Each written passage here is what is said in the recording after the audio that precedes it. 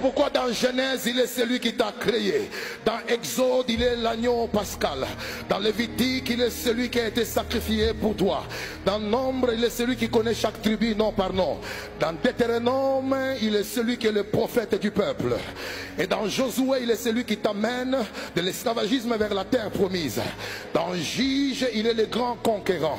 Dans 1 Samuel et 2 Samuel, il est celui qui appelle les gens dès l'enfance. Et dans 1 roi et 2 rois, il est celui qui te donne la victoire sur les ennemis qui t'ont écrasé autrefois. Dans 1 Chronique et 2 Chroniques, il est le grand archiviste.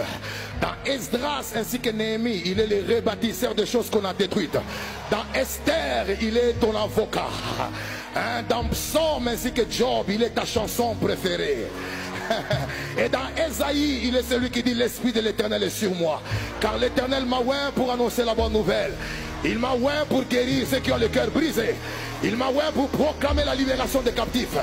Et dans Jérémie, il est celui qui dit avant que je ne t'eusse formé dans le ventre de ta mère, je te connaissais. Dans la lamentation de Jérémie, il est celui qui dit mes bontés se renouvellent chaque matin.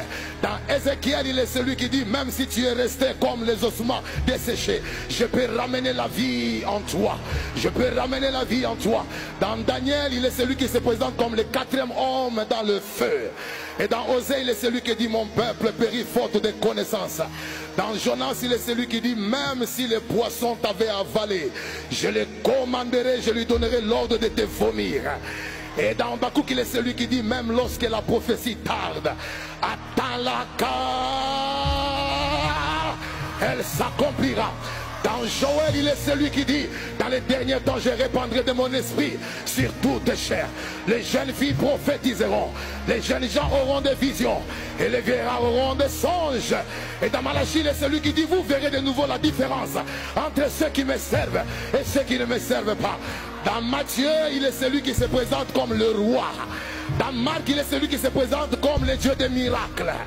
Et dans Luc, il est celui qui se présente comme le médecin. Ah oui, et dans Jean, il est celui qui se présente comme la gloire révélée de Dieu. Dans Actes des Apôtres, il est celui qui descend par le Saint-Esprit. Et dans Romains, il est celui qui dit je n'ai point honte de l'évangile, car l'évangile est une puissance qui sauve. Dans 1 Corinthiens, 2 Corinthiens, il est celui qui te donne la grâce de vivre l'enlèvement au son de la trompette. Et dans Éphésiens, il est celui qui dit autrefois nous étions loin de Dieu, mais maintenant en Christ nous sommes devenus proches de lui. Tu me donnes un bon amen, j'avance. Dans Jacques, il est celui qui dit humilie-toi sous la main puissante de Dieu et il t'élèvera au moment convenable. Et dans Éphésiens, il est celui qui dit nous n'avons pas à combattre contre la chair et le sang, mais contre les principautés, les puissances qui sont dans les lieux célestes. Dans 1 Thessaloniciens, il est celui qui t'enseigne la loi de la pureté. La loi de la pureté. Dans 1 Timothée de Timothée, il est le Dieu des jeunes. Il est le Dieu des jeunes. Il passe par les jeunes pour établir son royaume. Dans 1 Jean, 2 Jean, 3 Jean, il est le Dieu qui dit je souhaite que tu sois prospère à tous égards, qu'on prospère l'état de ton âme. Dans Jude, il est celui qui fait grâce à tout celui qui s'approche de lui comme un père responsable. Et finalement, dans Apocalypse, il est l'alpha